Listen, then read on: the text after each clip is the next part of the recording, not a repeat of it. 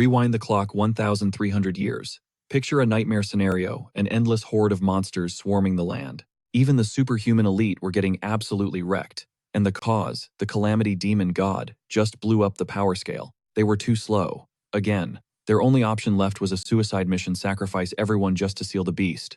But then, boom, a massive lightning bolt obliterates the horde. The guy standing there, he's like, yeah, no need for the dying drama. He actually roasts them for struggling against weak bugs. Enter Liam, the ultimate Chad. Everyone's jaw drops. He just one-shotted the demon god's spawn like it was nothing. They demand to know his secret. He was always OP, but this is god tier. Liam drops the bombshell. He finally unlocked the 108th power. The squad is shook, but the monsters keep spawning and Liam is losing his patience. He flexes his aura, screaming that he's mastered all 108 abilities. It's game over. He's literally omnipotent now, the absolute champion. He tells the team to chill because he's soloing the boss. Just stay back and watch. Deep in the abyss, the demon god is spamming minions like a glitched factory. Liam's not having it. Those things eat people. He whips out an energy lash, hooks the beast, and yanks it straight to the surface. Yoink. Now we see the scale. This thing is kaiju level huge. It immediately fires a massive death laser.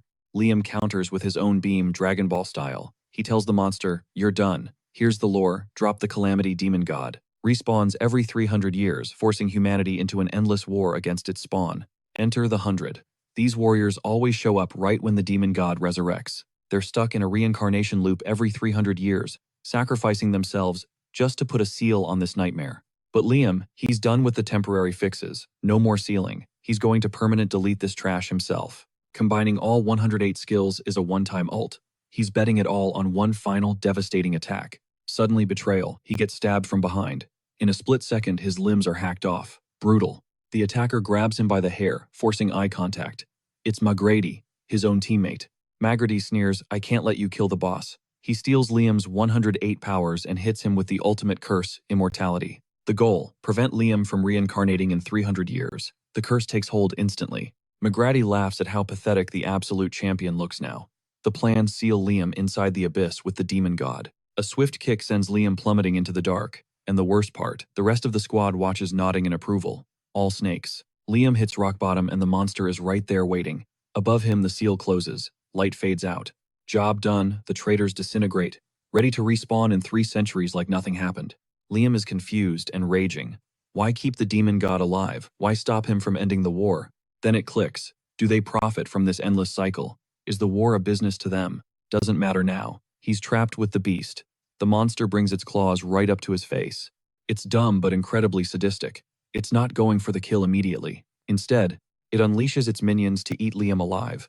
A literal feeding frenzy. And that's when Liam realizes the curse works. They tear him apart, and he heals instantly. Infinite pain, infinite regeneration. 1,200 years pass. His body is a mutated mess, totally unrecognizable. But his mind, unbroken. He refuses to break. He screams through the agony he will survive, escape, and slaughter those backstabbers. Suddenly, a light pierces the dark. A voice calls him back. His soul lights up. He's being summoned. Snap back to reality. He wakes up in a new body, battered, bruised, and lying in a pool of the host's vomit. Gross. He tries to move, but he's weak as a kitten. Someone nearby notices, wait, Kai is still breathing. Green hair is shocked he's not dead. The big guy grunts, I'm not catching a murder charge for a loser like Kai. Green hair wants to punish him just for being annoying.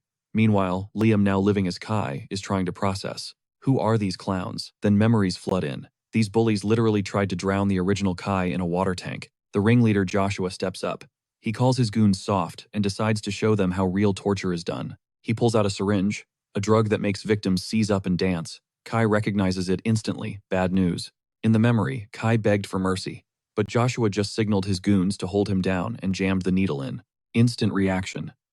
Violent vomiting, body twitching like a zombie. That's the sick entertainment they wanted. Yoshi sneered at him, calling him a puppet on strings.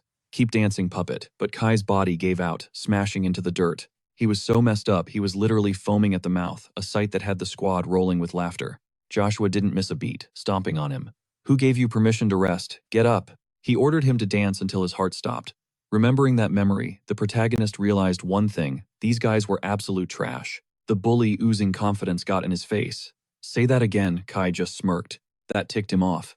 He snatched Kai up by the collar. What's so funny? Share the joke. But Kai clamped a hand onto the guy's arm. I don't know what's going on here, he admitted, but I know for a fact you're all garbage. That arrogant tone made the thug see red. Liam focused, searching for the mana inside this body, disappointing just weak ice magic. The big guy threw a haymaker straight at him, but instantly the fist froze solid inches from Liam's face. Liam grinned. Gotcha. He coated his own arm in ice, not for defense but to maximize impact. He unleashed a blow that sent the giant flying, knocking a few teeth loose in the process. He called him pathetic for bawling over a single love tap. The rest of the gang stood frozen, unable to process how Kai got this strong. Liam realized the truth. The original owner had zero clue how to use magic, and his physique was trash. Even with full force, that punch barely did real damage. But his presence, that was leaking pure dread now. One look, and the bullies scattered like roaches to escape him. He snapped his fingers, freezing their feet to the ground with ice magic. Trapped, he demanded one of them hand over their clothes. Mine smell like straight swamp water. He ordered Green Hair to cough up his jacket. He used it as a towel to dry off. Much better, he said, fresh gear on. Then a wicked idea struck him. Why not toss them into the muck? Green Hair started begging, apologizing over and over to stop the punishment. Liam found it laughable. They showed zero mercy when they ended Kai's life. Thinking a simple sorry would save them now was purely naive. Green Hair threw Joshua under the bus, claiming he gave the orders. It was all him. We had to obey him, he cried. That name sparked a memory for Liam. The lackey revealed Joshua targeted him for the descendant of Liam game. Liam narrowed his eyes. Explain the rules. Now. The guy looked confused. Kai should know this by heart. Liam demanded an answer. The guy stammered that it's a twisted pastime passed down from generation to generation at the Royal Magic Academy. Whoever is branded the descendant of the traitor, Liam, gets tormented by the entire student body. Hearing that made the protagonist's blood boil. They were talking about him. Green Hair couldn't understand the anger. After all, even toddlers knew the legend of the traitor Liam Hill, crushed by the 99 heroes. He was the greatest villain in history. Liam realized the truth. Those backstabbers didn't just seal him away, they rewrote history to destroy his name. Looks like he had no choice but to set the record straight. Minutes later, they arrived at Kai's estate. Liam scowled. This place looked less like a mansion and more like a ruin. Green Hair muttered, wondering why he needed a guide to his own home. Liam turned his back. Get lost, he said, but don't think this is over. Inside, an old butler greeted him with a bow. Welcome back, Your Highness. That title tipped Liam off. This vessel was royalty, but for some reason, he couldn't access the host's memories yet, unlike the flashes he got from the bullies. Since his mind was blocked, he bluntly asked the butler for intel on who he was. The old man, looking confused, replied that he was the 8th prince of the nation. Liam found that odd. Royals belonged in the castle, not here. The butler struggled to explain why, confirming there was some heavy drama behind it. But what shocked Liam more was that those thugs beat a prince without a shred of fear. He pushed that aside for now. Feed me, he ordered. This body is starving. The butler hesitated, asking if something happened, because he seemed like a completely different person. At first, Liam thought the old man was judging him like the rest, but he quickly realized the truth. The guy was actually worried. Well, at least that was one point in his favor. He drops the facade completely, looking the guy dead in the eye. No more games. Listen close. The Kai you knew, he punched his ticket. Gone. From this second on, you're serving a whole new beast.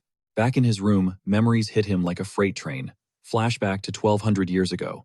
Magrady and another warrior, cornered by a swarm of nightmares. McGrady takes a hit to the chest, bam, launched across the room until he kisses the wall. The girl trips, totally helpless, watching these creepy tentacles slither closer.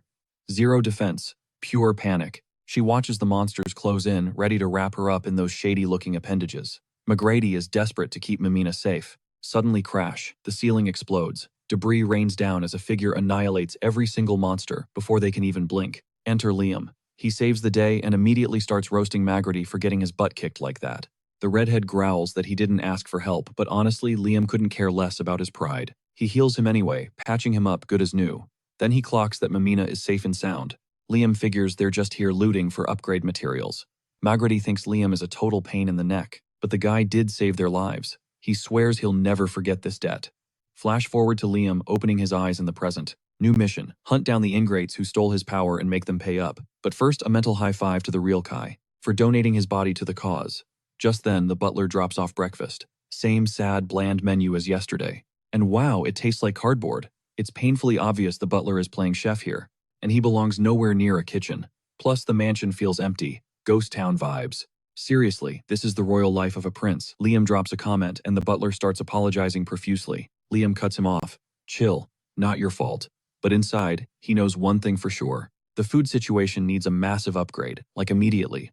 20 minutes later, he's standing at the academy gates, plotting how to find the scumbag responsible for Kai's death. Speak of the devil. Here comes Joshua strutting in with that same arrogant smirk. Target acquired. Joshua already heard about the beatdown yesterday. He's fuming that Liam touched his goons. He thinks Liam crossed a line. With zero shame, he announces to the crowd that it's a sin for a descendant of Liam to fight back. And the mob, they eat it up, nodding like sheep. They start screaming that this trash needs to be put in his place. Joshua smirks and orders, give him the usual welcome. Immediately, rocks start flying. The students are cackling because their target isn't running, he's just standing there, freezing up from fear. Nope. Liam feels the sting, Kai's old pain, but he is built different. He's not letting this slide. He shoots them a glare so cold it paralyzes the stone throwers mid-motion. Joshua snaps, screaming at them for stopping without permission, but the mob is too shook to keep going.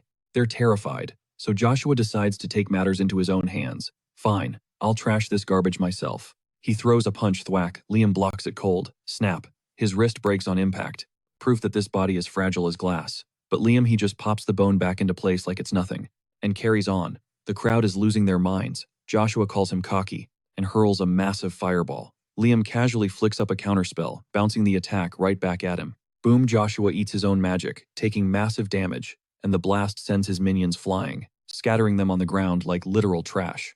Liam stands there, dust brushing off his shoulder, totally unharmed. A teacher storms onto the scene. Does he check on the injured? No. He sees Kai, and assumes he's the problem. You again. Liam tries to explain self-defense. They started it. But the teacher isn't trying to hear it. Silence. Follow me. Now. The students snicker, whispering bets on how long Liam will be in the hospital this time. They're gambling on his pain.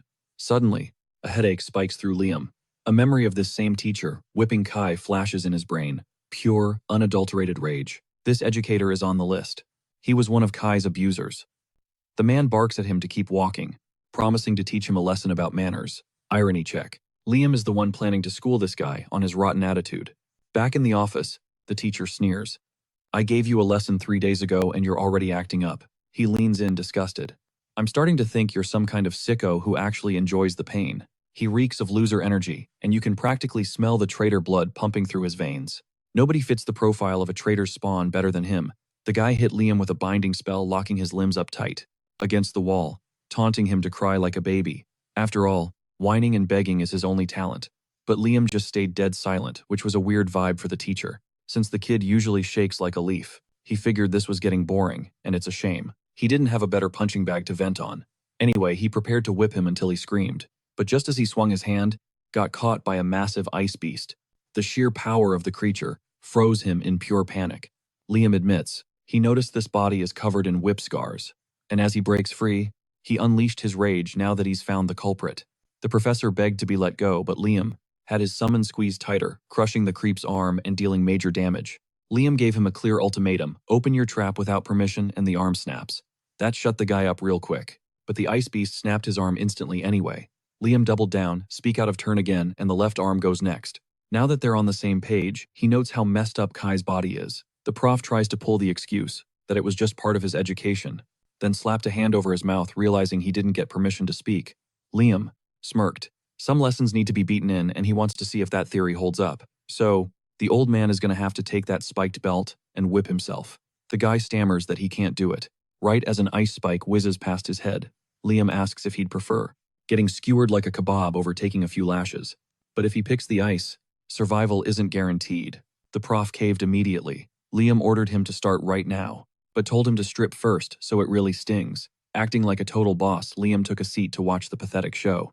As the man started flaying his own skin, after a couple of hits, the guy thought he was done, but Liam demanded 100 more. That hit him harder than the ice. Minutes later, his back was absolute hamburger meat, crying tears of joy because he finally finished the set. Too bad for him, Liam clarified. He's not done with him yet. One look at those angry eyes and the prof knew he was in for a total nightmare. Over at the academy entrance, the student body was shook. Professor Whale was stark, naked, stuck on an ice block, screaming for help. Liam demanded he spill the tea to the whole school about what he did to Kai. The guy agreed, but begged to get down first. With a simple snap, Liam started melting the ice. Freaking the guy out, a fall from that height is game over. Liam suggests he speedrun that confession, or he's gonna run out of floor. The prof shouted that he used physical punishment on Kai, but Liam wanted the HD details. So the teach admitted he forced Kai to strip and beat him repeatedly with his spiked belt. Liam stood there, arms crossed, letting the guy ramble on about how he did it, under the guise of education. But real talk, he was just venting like the sicko he is. It's all on him. Kai never did anything wrong. He admitted he's just a perv who gets off on whipping people. Confession over, he begged the protagonist to let him down. But his rep was already in the toilet with the other students. Speaking of which, Liam asked them what was so funny. They froze up. Liam glared at them with pure disgust for calling him a dirty traitor spawn, shutting them down with just a look. He knows they got a kick out of this twisted little game, so he makes it clear this is the fate awaiting anyone who messed with this body. He promises to return the favor to every single person sharing that old man's sin, telling them to wait their turn in terror, cause he shows no mercy. Joshua, watching the scene, cursed him for being too cocky, while a woman in the distance called it pathetic. Later, the director told Liam this was completely unhinged since it's the first time a teacher has been publicly roasted like that. Never happened in the school's history. Another teacher called him insolent, but Liam showed zero regret, striking fear into the room. Liam insists the old man got exactly what he deserved for the abuse. Unjustified, please. It was all for his own twisted ego. The crowd cracked up, and the principal saw it coming a mile away. He dismissed the whole thing as a joke, like Pierce is the golden boy teacher, he'd never pull a stunt like that. Liam clapped back, reminding them the guy literally confessed in front of the entire student body. But Baldy wasn't having it, he insisted. Pierce was bullied into lying, shifting the blame straight to Professor Keller since she runs the class. She immediately folded, apologizing for her mistake and dropping a bombshell. Kai is a pathological liar. Apparently a month ago, he came crying to her about being bullied by his classmates. The principal scoffed. Bullying doesn't exist at this prestigious academy.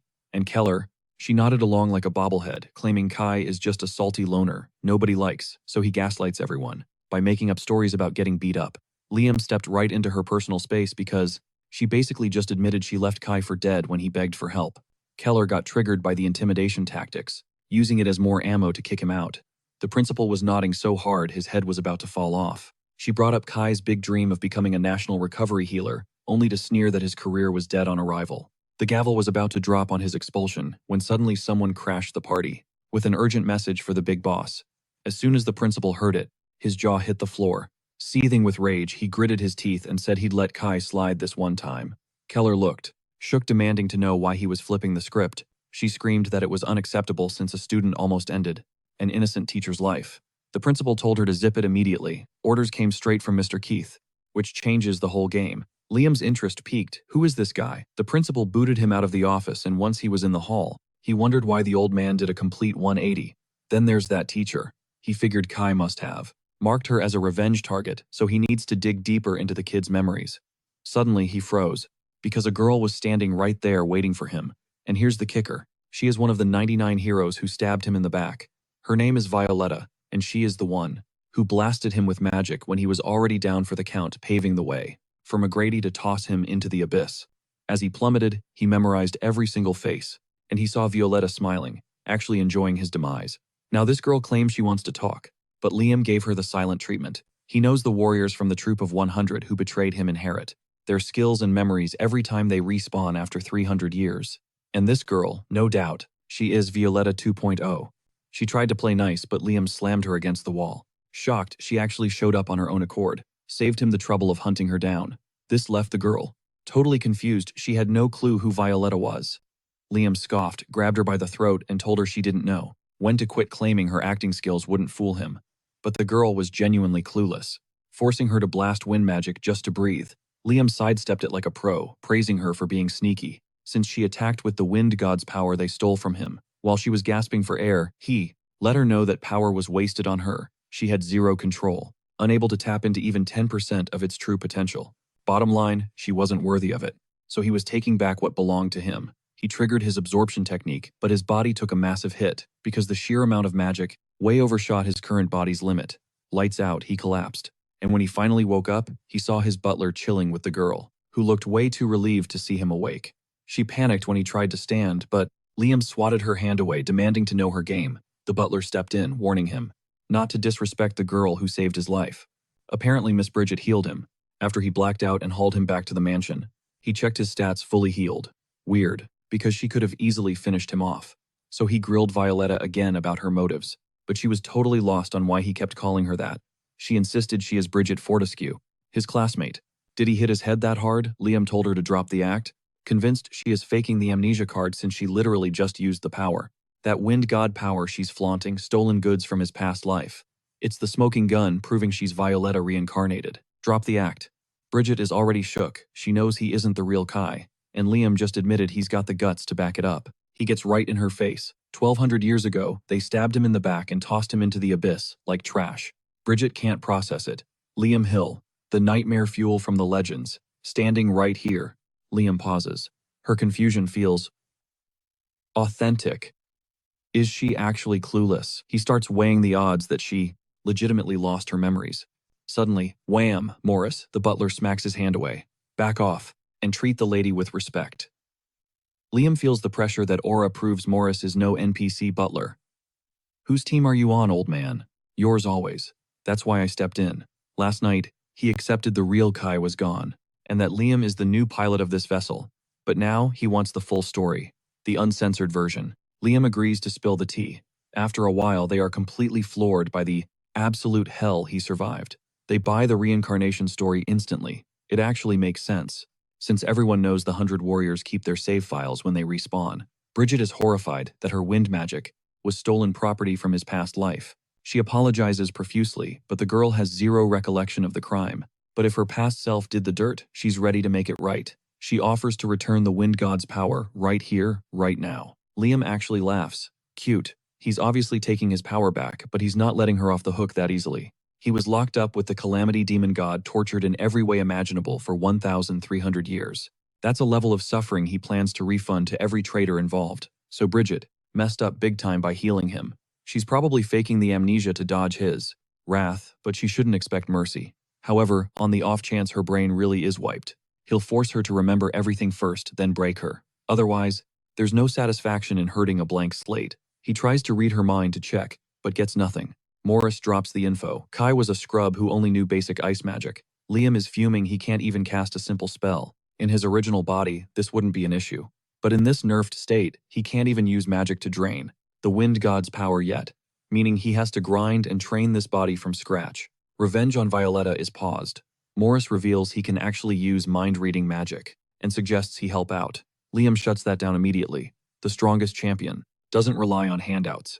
He warns Morris, I'm not coming back until I master this skill solo, so hold the dinner plans. He heads to a secluded spot, and realizes something wild. This body's magical potential, it's actually insane. It might even have a higher ceiling than his original form, but to unlock those OP skills, this frail vessel needs to adapt to massive mana flow. The downside, it hurts like hell. Pain just means he's not there yet. Night falls and he's still grinding. Morris brings out some food, begging him to rest before he works himself to death. Liam doesn't even flinch or turn around. Morris is stunned. The guy is in the zone, totally locked in, blocking out the world. Defeated Morris mentions the dish is made with ingredients that help stabilize magical power. He leaves the plate there for later and quietly exits the scene. Liam keeps training. 2 days pass and his mana control skyrockets. He's hyped now he can finally reclaim his power. Even with low-tier magic, he's mastered mind reading and skill absorption in just a few days. Proof that this body is S-tier material. He spots the cold food Morris left and vaguely recalls. It's a stat booster for mana. Suddenly, a memory from Kai unlocks. A flashback where Morris greeted him in the pouring rain, looking worried. Kai apologized for being a weak master, telling Morris he could leave. He even offered to write a recommendation letter, but Morris shut that down, swearing he'd stay by his side forever. A loyal ride or die. Liam finishes the memory and realizes Morris is the real deal. He grabs the food even though it's about to spoil and digs in. After smashing some grub and catching a quick power nap, he heads straight back to the crib a few hours later. But the vibe is off instantly. Dark stains mar the entryway. One sniff, metallic tang, definitely blood. He rushes inside and finds Morris crumpled on the floor like a rag doll. It is a total horror show. The old man is battered, bruised, and his eye. God, his eye is completely gorfied. Just gone. Adrenaline spikes. Liam gears up for emergency triage but realizes he is helpless. His current healing stats are at 0. He cannot fix this himself. No time to waste. He dashes out to drag a pro healer back to the scene. Fast forward a bit, and the medic manages to plug the leaks. Shattered bones get knit back together, but the agony, that is staying. The doc says those purple bruises are going to take a solid month to fade, but Liam is fixated on the real damage. What about the right eye? The healer just shakes his head. Grim news that vision is deleted permanently. Guilt hits Liam like a truck. This happened on his watch in his own turf, and he did not even sense the rat sneaking in. Once the medic clears out, the room goes silent. Just Liam and his battered butler. Morris tries to apologize, claiming his personal drama caused this mess. Liam is not trying to hear that noise. He cuts him off immediately. Save the sorries. Give me names. Armed with the intel, Liam pulls up to a bougie mansion later that night, radiating pure, unadulterated rage. He does not knock. He starts charging up a massive nuke of magical energy, aiming dead center at the estate. Inside, Joshua is sipping fine wine when the whole building shakes. He nearly chokes, spitting his drink everywhere. "What the hell is going on?" he screams, scrambling up. A servant rushes in, looking pale. "Sir, the front gate just got vaporized. They can literally see the smoke from the window. Who is crazy enough to attack them?" Joshua is betting it is one of his dad's political rivals. It is not like they have not made a million enemies. But whoever this is, they are packing serious heat to blow through a custom-reinforced gate like it was cardboard. Joshua goes into panic mode. "Get the guards, front gate, my room, now." Suddenly, a chilling voice echoes from the hallway. "Cancel the backup," Liam says, stepping into the light. "I am only here for you." Before Joshua can blink, guards swarm Liam from behind. "Kill him," Joshua shrieks. Liam does not even flinch. Snap. Ice stakes erupt, skewering the guards instantly. He makes it clear these NPCs are not on his level. Desperate, Joshua flings some weak sauce fireballs. Liam barely lifts a finger, blocking the sparks with a tiny shield. Then Liam starts walking. Slowly, Joshua is shaking in his boots, screaming at his servants to do something. But the help is frozen stiff, paralyzed by Liam's killer aura. Liam smirks. "Looks like nobody wants to die for you." Realizing he is toast, Joshua starts bawling like a baby. Liam looms over him. "You know exactly why I am here." "I do not know," Joshua lies. "Bad move." Liam's eyes flare up. Playing dumb just made things worse. Liam's death glare drains the blood from Joshua's face. "I suggest you think really hard before you speak again. You are the local boss's kid, right? That is why you think you can walk around acting untouchable. Doing whatever you want, hurting whoever you want. No consequences. That is how my butler knew who you were. But here is the plot hole. Morris is an elite mage. There is zero chance a weakling like you took him down solo." Liam leans in. "So spill it. Who was with you, and do not name these trash mobs standing around." Joshua clamps his mouth shut, trembling. "Last chance," Liam warns. "Think carefully." Snot running down his face, Joshua breaks. "It was Prince Kate," he sobs. Bingo.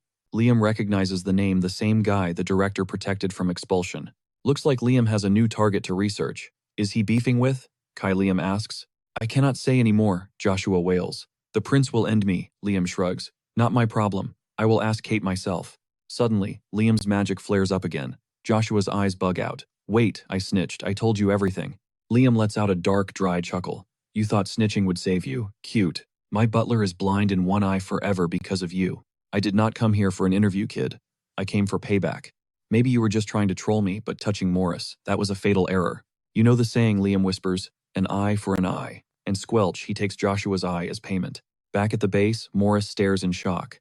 Liam casually presents Joshua's eye like a souvenir, suggesting it would look cool on the shelf. "Please just bury it in the yard," Morris begs, horrified. Liam sighs. "Fine. But honestly, we are not even close to even yet." Morris tries to pump the brakes, saying they don't need to drag the rest of the body parts into this. But our MC shuts him down cold. That's not what he meant. The hit list just got longer. Liam clocked it immediately. Joshua wasn't flying solo during the ambush. Morris nods, a grim confirmation, admitting he sensed another presence but missed the guy's face. Why? Because the coward struck from the shadows. Liam drops the bomb. It was Prince Keith, and judging by the butler's twitch, he knows exactly who that is.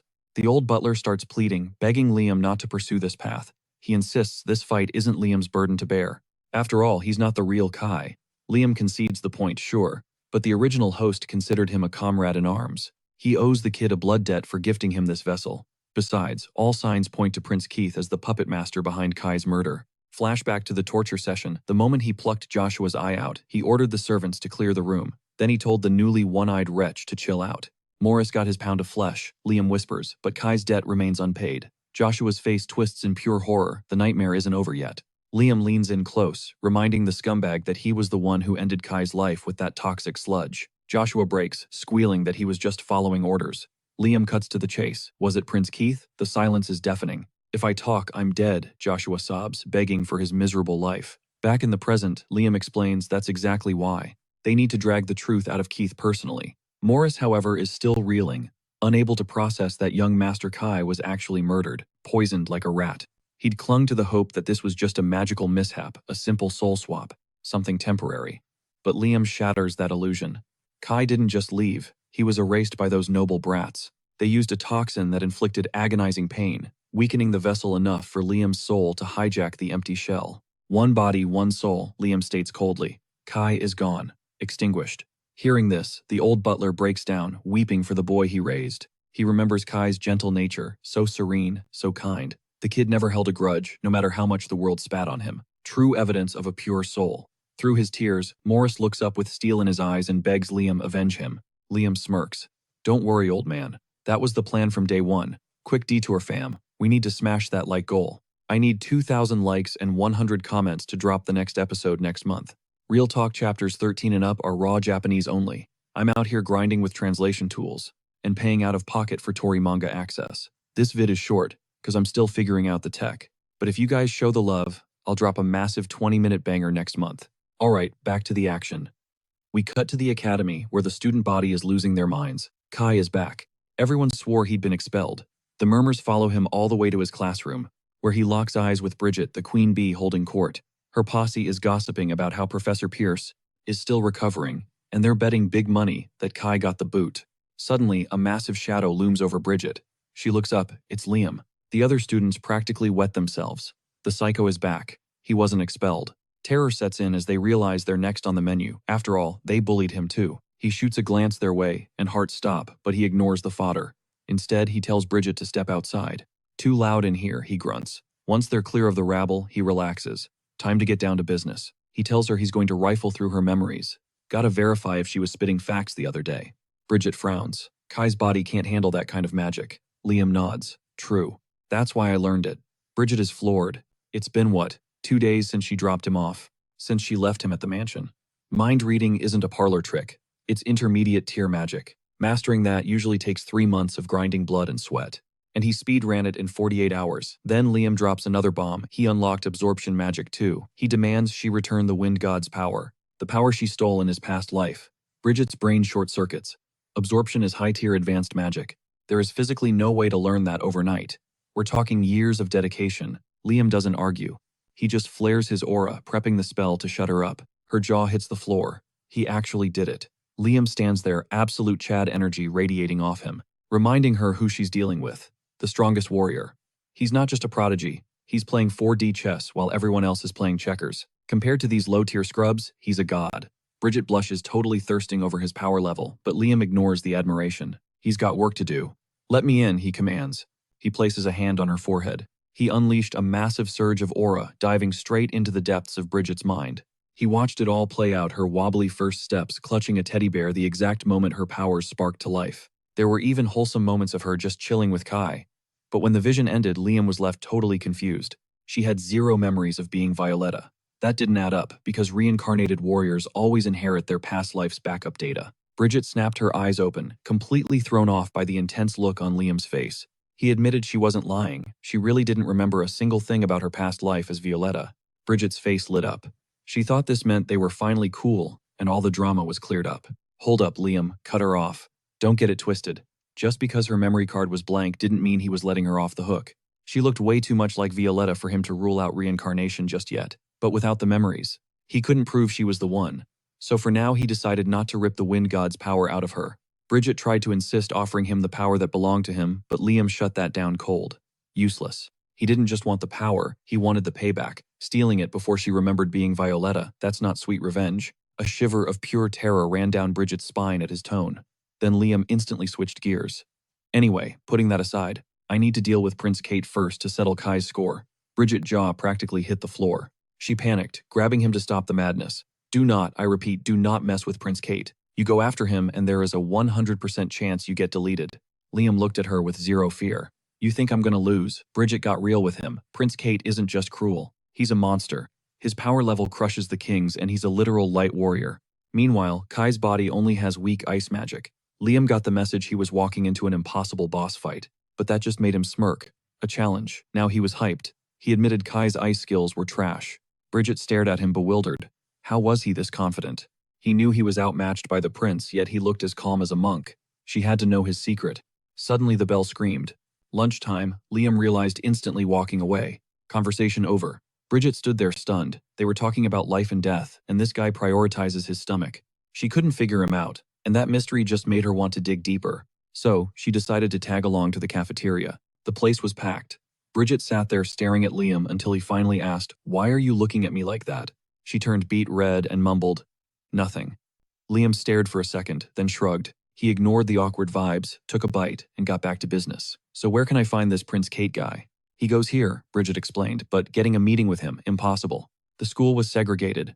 Normies like them and the elites like Kate were in totally different zones. Even though the buildings were neighbors, the elite zone was locked down tight. Heavily guarded, no entry. "Sneaking in is a no-go," she warned. Liam raised an eyebrow. "Seriously, that's strict." "It's full of royals," Bridget said.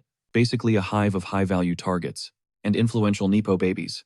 Obviously, they have military-grade security." "Fine," Liam said. "I'll just catch him outside." Bridget shook her head. "Even harder. Prince Kate moves with a squad of bodyguards. Plus, any contact between Kai and Kate is legally blocked." Liam paused. Why Bridget dropped the truth. Kai has a restraining order from the royals. That made no sense to Liam. Wait, isn't Kai supposed to be royalty? Why would he be banned from his own family? He remembered hearing Kai was the 8th prince. But Bridget corrected him. Kai isn't the king's legitimate son. His biological father was Duke Asher, the king's brother.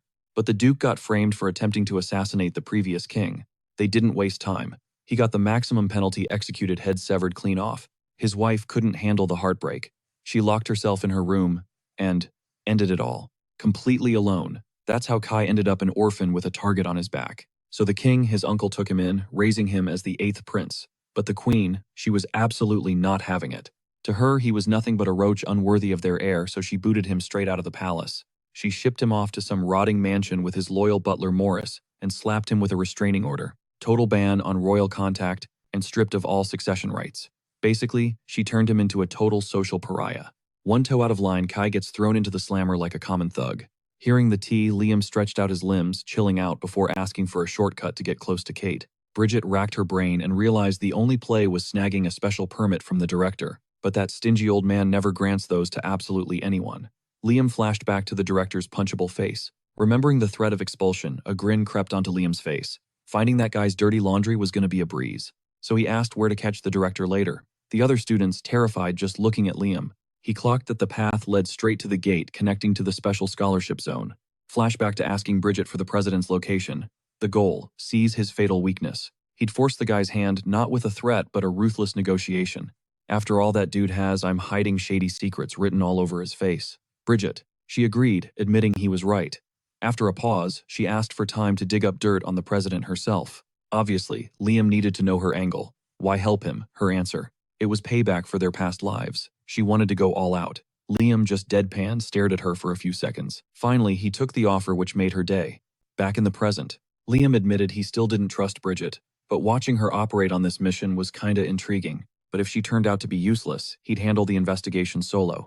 Minutes later, he hit the gate. He realized immediately that wasn't just a door. It was a high-level magic circle with multiple complex layers. With Kai's current stats, no way in hell he was smashing through that by force. Suddenly, a carriage caught his eye. He instantly recognized the aura of the passenger inside. The second it crossed the threshold, he knew. It was that stinking greedy McGrady, the filthy traitor he'd protected only to have the guy laugh in his face while he plummeted to hell. Honestly, he was hyped. He never expected to find McGrady's reincarnation this easily. He wondered what the move was, eyeing the 5 guards stationed at the post. Those goons weren't the issue. The reinforced gate was a different beast entirely. We see the carriage wrapped in light for data verification. Scan complete, the massive doors creaked open. Liam knew barging in now would cause a massive scene. Better to let them roam free for a bit. At the end of the day, he had McGrady's location. Inside the carriage, McGrady sat next to bags filled with human remains. Arriving at the destination, he stepped out, clutching the grisly bags. He marched down a long corridor. He entered a hall filled with heavy hitters. A mysterious figure demanded to know how it went with those useless idiots. McGrady snapped, annoyed by the old name. He reminded him that in this life, he's Magner, not McGrady. True to his word, he tossed down the severed heads of the fools who were playing Liam's descendant. They claimed Kai got absurdly strong out of nowhere, like he was a totally different person. The mysterious man got it immediately. Liam had finally entered his vessel. McGrady mentioned spotting him on the street during the trip. The cheeky bastard didn't even try to hide. Letting him know, Liam was right on their doorstep. This made the mystery man burst into laughter because finally, Liam had come to them. Now they could make him suffer even more. This time he'd be crushed completely. With zero chance to fight back, Magarty thought it was perfect. In the past, they just tossed him into the abyss. They never got to watch him truly suffer. But this time, oh, they were going to enjoy every second of it. A few days later, Bridget approached Liam with solid dirt on the director, which genuinely caught Liam off guard. The bystanders were totally confused seeing Bridget hanging with that guy. It was a total shock for Liam, while the crowd just couldn't wrap their heads around Bridget standing next to him. One of the goons warned the crew, "Tick him off and you're dead meat." But Liam, he shuts them down with a single bone-chilling glare. Liam brushes off the drama, turning to Bridget. "Is your intel solid?" She nods, absolute confidence in her eyes. Revealing the truth, the director's business trips are a total sham. He's been sneaking out on the low, hitting up a high-end hostess club. Rumor has it he's getting way too cozy with one of the girls there. And since the guy is terrified of his wife catching him cheating, that's the ultimate blackmail leverage. She waits for Liam's take. But he drops a hard truth bomb. Guys with that kind of status, they usually have side chicks on speed dial. He doubts a simple affair will rattle him, totally bursting Bridget's bubble. She looks crushed. She had no clue men were that trashy. Still, Liam decides they're hitting up that luxury club tonight. Even if the affair isn't enough, the director might slip up. All they need is one mistake to get the dirt on him. However, Bridget points out a massive plot hole: they're minors. No ID, no entry. Liam totally overlooked that minor detail. Being a kid is such a drag. But Liam's got a plan, they just need to look the part. Time for a grown-up disguise. Night falls. Morris the butler welcomes Bridget, who shows up looking absolutely stunning in an elegant gown. She apologizes for the trouble, but Morris waves it off.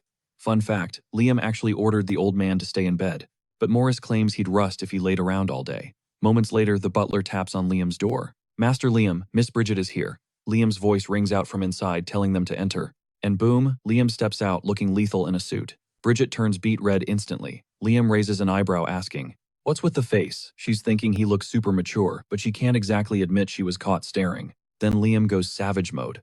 "You look a bit childish." Ouch. Bridget wants to bury herself. And even Morris.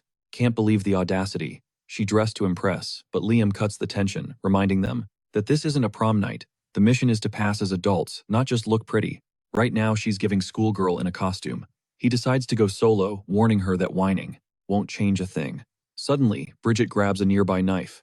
Morris panics, but she's not attacking. She slashes her own dress. She grabs the hem and tears a slit right up the side, putting her leg on full display to sell the look. Then she hits him with the question, "Do I pass for an adult now?" Liam stays dead silent for a beat before cracking up. He gives her props for the gutsy move, but then reaches over and unties her hair, letting it flow loose. "Trust me, this is the vibe." Bridget turns tomato red at the intimacy. Meanwhile, Liam stays ice cold, barely reacting. "Showtime. Let's move." Moments later, they pull up to the ultra-exclusive social club, where their target is hiding. Liam hops out of the carriage first. He shoots her a look. "You ready to crush your debut as a sophisticated lady?" Just him offering his hand makes her heart do a backflip. But she shakes off the nerves. No time to be a fangirl right now. She swallows the panic, puts on her game face, and declares she is 100% ready to handle this. She grips Liam's hand and steps down. He immediately slides his hand onto her shoulder to sell the act, and they stride toward the entrance. But they hit a wall, the bouncer. He blocks the path, demanding ID from anyone who isn't a known high roller. The two of them exchange a quick glance, flashing back to a conversation they had just a little while ago. Bridget had handed him a totally forged business card explaining that it was the golden ticket needed to breach security. Liam had been super skeptical, asking if a piece of cardstock would really fool the pros, and where she even snagged it. She claimed it was thanks to her dad's network.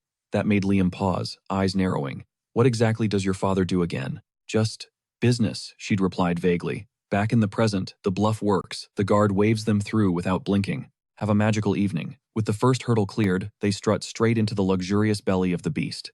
Inside, the place is buzzing, tables stacked with chips and high-stakes gambling. Bridget freezes, totally wide-eyed. It's her first time seeing the gritty side of the adult world, but she snaps out of it fast. They need to locate the director. She scans the floor. Target missing. Liam leans in, whispering, "Chill out. Darting your eyes around makes you look super sus. Acting jittery is a one-way ticket to getting caught." But Bridget whispers back frantically that the guy is absolutely nowhere. Then they spot it. Way at the end of the hallway, there's a massive, ominous door. Liam nudges her. "Watch this." They see a couple walk up to that door and flash a special gold card to get in. Just like that, security stepped aside, waving them through without a single question. It instantly clicked for Bridget. Liam wasn't bluffing. Behind those doors lay the exclusive VIP lounge. Even with a shiny black card, the real dirt in these places is always swept under the rug. The chairman's gotta be behind those bougie doors, but Bridget's skeptical. Just flashing some ID, not gonna cut it. Forging a VIP pass is impossible, but Liam catches a break. The lock isn't engaged. He's got a workaround. Mission objective lure that bouncer away for a split second. Bridget gives him the how exactly look.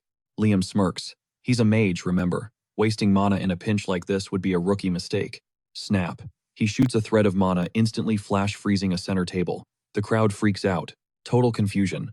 Bridget is speechless. Liam's control is absolute surgical precision with the arcane arts. So fast, nobody clocked him. The bouncer rushes to the commotion, and Liam signals Bridget, it's go time. They slip into the private lounge, finding a hidden staircase spiraling down into the underground. After descending 20 feet or so, they hit a heavy door. Liam warns her, keep your head on a swivel. Inside, a hallway dripping with luxury. Liam whispers, checking if she spots their target. Judging by her blank stare, that's a no. Time to sweep the rest of the VIP sector. It's a mess down here, sketchy injections and paid companionship everywhere they look. Liam's confirmed it, this place is rotten to the core.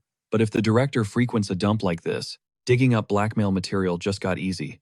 Suddenly, voices cut through the noise, trouble incoming. Liam clocks the guy with glasses instantly. He nudges Bridget, eyes up, check him out. It's the bouncer from upstairs, meaning the hunt is on and they're the prey. To make it worse, he's beelining for them. Liam whispers, we doing this the loud way or the quiet way? Bridget votes quiet. Liam holds back a laugh, there's only one classic move for stealth mode here. Zero warning, he pulls her in for a deep cinematic kiss. Full French, keeping it convincing to sell the act. The guard glances, assumes they're just a couple getting heated, and walks past. They break the clinch. Bridget's brain is still buffering, completely stunned. Liam's all business, find the director before things get spicy. Before moving out, he teases, why's your face burning up? Bridget, totally flustered, admits it's the kiss, obviously. Liam shakes his head, she's such a kid about this stuff, which just makes her die of embarrassment. Anyway, mission first. They push forward. Fork in the road. Bridget volunteers for the left wing. Liam nods, scream if you get into trouble. She's cool with that. Honestly, she needs the distance to get her heart rate under control. That kiss is playing on a loop in her head. She tells herself to chill, it was just a tactic for him. Nothing more. Trying to reset her focus, she steps into a high-end suite filled with expensive decor. Meanwhile, Liam's side is a bust. No director. He moves to breach the next sector. Suddenly, Bridget's scream echoes out. Liam spins around. Inside her room, some creep in a giant baby costume. The guy's got her pinned on the sofa. She's fighting back, but his strength stat is way higher. He's asking if she's scared. Sicko thinks her walking in here means she's on the menu.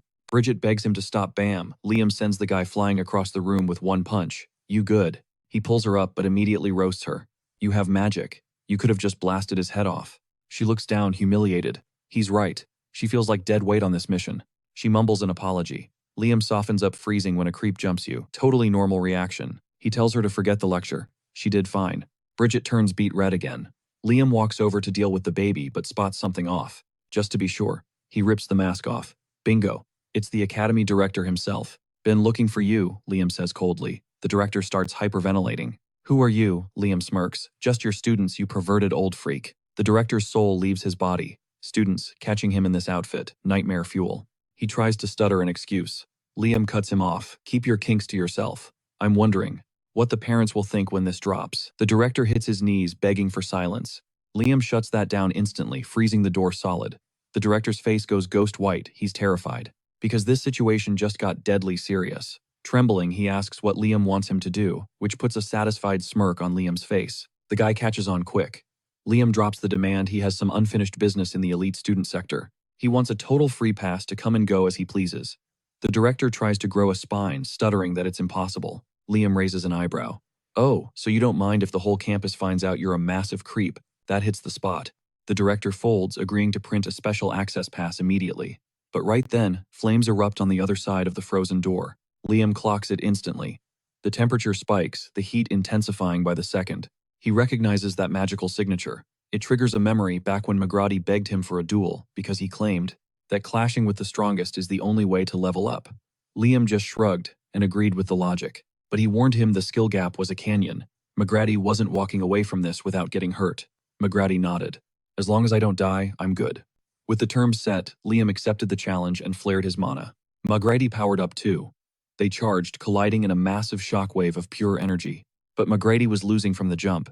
It wasn't long before he was completely crushed by the power difference. Seeing him wrecked, Liam reached out a hand to help him up. You want another round? Liam asked. Snap back to the present. Liam realizes that the inferno at the door is the exact same hellfire aura he used to wield. There was only one guy thirsty enough to crave that power. With every fiber of his being, Liam doesn't even have to guess. He knows exactly who is standing behind that door. The ice shatters. McGrady struts into the room, flexing his flames and soaking up the attention. He yells out, looking absolutely manic about how hyped he is to see Liam again. The director spots the school uniform on this redhead and thinks, perfect, a student I can manipulate. He decides to use this fire user as a meat shield. He runs up to McGrady without an ounce of shame, barking orders to handle the delinquent. Destroy him, and I'll make you rich, he screams. But he pauses. McGrady isn't moving or listening. McGrady shoves the old man aside like trash. You're annoying, he spits. And nobody gives me orders. He doesn't hesitate. McGrady blasts him with a wave of fire. The director's body is incinerated instantly, right in front of everyone. Brigitte instinctively moves to save him, but Liam blocks her path. Don't. It's already too late. That isn't normal fire. It vaporizes the target on contact. It's called ultimate hellfire. The director is nothing but a pile of ash, now a brutal demo of what that magic does. Brigitte is horrified by the slaughter. Liam keeps his cool-looking McGrady dead in the eye. So Liam asks, having fun with the power you stole from me? McGrady bursts into maniacal laughter. Fun, it's the best. And I'm not the only one. Everyone who managed to snatch a piece of your power is living their best life. We've been waiting hundreds of years for this, just to thank you properly. His face twists into a mock concern. Speaking of how was it, getting chewed on by the demon god of calamity, he asks it with zero shame, genuinely curious about the torture Liam endured for centuries. Liam doesn't laugh. McGrady sneers, thinking Liam is frozen in fear just hearing the demon god's name. Liam stays silent. That attitude starts to tick McGrady off. He wants a reaction. He wants fear. Liam finally speaks. You're pathetic. He points out that McGrady still gets anxious way too easily, leading to sloppy, impulsive mistakes. You're still the same impatient lapdog who can't wait 5 minutes. Let me be clear. The louder you bark, the weaker you look. That hits a nerve. McGrady's face contorts in pure rage. I don't remember teaching you to be this lame, Liam adds. McGrady snaps, unleashing a torrent of flames while screaming curses. He vows to burn Liam down to the bone with the power that used to be his, charging up a devastating attack. In his head, he thinks Liam is a fool, acting this tough when he's powerless. Pure stupidity. The strongest fire magic belongs to him now. The new heavyweight champion is the one, and only McGrady. Suddenly, a memory flashes back when their squad ran into a massive dragon. Liam had told the team, you guys act as bait. I'll handle the heavy lifting and take it out. McGrady called it reckless suicide, but Liam just looked at him, stone-cold confident. For me, it's not even a problem. So channeling main character energy, he struts right toward the dragon. But reality hits, and the squad is forced to pull aggro just to keep the heat off him. They tackle the beast head-on, while Liam ghosts around the flank. Suddenly, the dragon's maw glows. It's charging up a breath attack. Boom! The blast nukes the entire zone, turning the terrain into scorched earth, but the team manages to dodge roll out of there just in time. Seeing an opening, they clap back. McGrady pumps his aura into his blade, screaming as he rushes the monster. He's sick of playing bait and wants the glory. But big surprise, his ultimate move bounces right off. 0 damage. That dragon scale is basically diamond armor. The beast retaliates with a heavy swipe, absolutely wrecking McGrady and leaving him paralyzed in the dirt. He's totally exposed, staring death in the face. The girls are freaking out because he's seconds away from becoming a dragon snack. Enter Liam. He casually thanks McGrady for being top-tier bait, then slices through the dragon's neck like it's butter. 1 shot, 1 kill. Liam instantly steals the MVP title for wiping out the boss. And he looks absolutely god-tier doing it. The girls are practically swooning over his flawless victory pose. Cut to later, McGrady wakes up, groggy. Menina's shocked. He's even conscious. Naturally, his first question is, what went down? Menina's expression goes ice cold. She looks him dead in the eye and tells him he's arguably the worst fighter out of the entire 100. He's bewildered, but she doesn't hold back. She lays it out. He's always losing control and making a total clown of himself. She's reached her breaking point. She drops the hard truth, trying to rival Liam as hopeless, and he needs to wake up to reality. She calls him pathetic straight up. She thought playing the supportive little sister would fix things between him and Liam, but nope, she is done. Panic sets in for McGrady. He asks if Liam poisoned her mind. Menina shuts that down, saying this insecurity is exactly the problem. Then she delivers the emotional fatality, I wish Liam was my brother instead of you. She twists the knife, telling him to go apologize to Liam. McGrady doesn't say a word. He just clenches his fist, lip trembling in pure rage. That memory fuels his hatred. Back in the present, he screams internally that he is not trash. He's going to force Liam to respect his power right now. No more being looked down on. He strikes, but Liam casually deploys an ice shield, deflecting the blow with 0 effort. McGrady's insulted. He can't believe Liam thinks that flimsy ice can stop him. He winds up for a lethal thrust to shatter it. Try blocking this, he roars. Liam doesn't budge. He takes the impact dead center. The shield holds, Liam slides back a few inches, completely unhurt. Bridget, watching from the sidelines, starts to get a little nervous though. Liam barks an order, "Don't move." He wants her right there front row seat to witness what he's about to unleash. McGrady snaps. He's furious that Liam looked away mid-fight and launches a fresh barrage to punish the disrespect. Using a burst of speed, he actually manages to nick Liam's arm. Sensing blood, he immediately dives in for a follow-up combo. Liam smooth steps to the side, dodging effortlessly. But in that split second, he realizes something about McGrady's offense. "You're still too slow," Liam taunts, dodging effortlessly and asking if the guy's lost his touch, making it crystal clear the king has been dethroned. The so-called absolute champion needs a serious reality check. Liam shuts down his inferno again, countering the flames with pure freezing ice. McGrady is left speechless. Liam has his attack patterns completely downloaded. Realizing that parry wasn't just blind luck, McGrady still rushes in like a maniac, desperate to end this right now. Liam drops the hard truth. The outcome isn't changing no matter how many times he tries.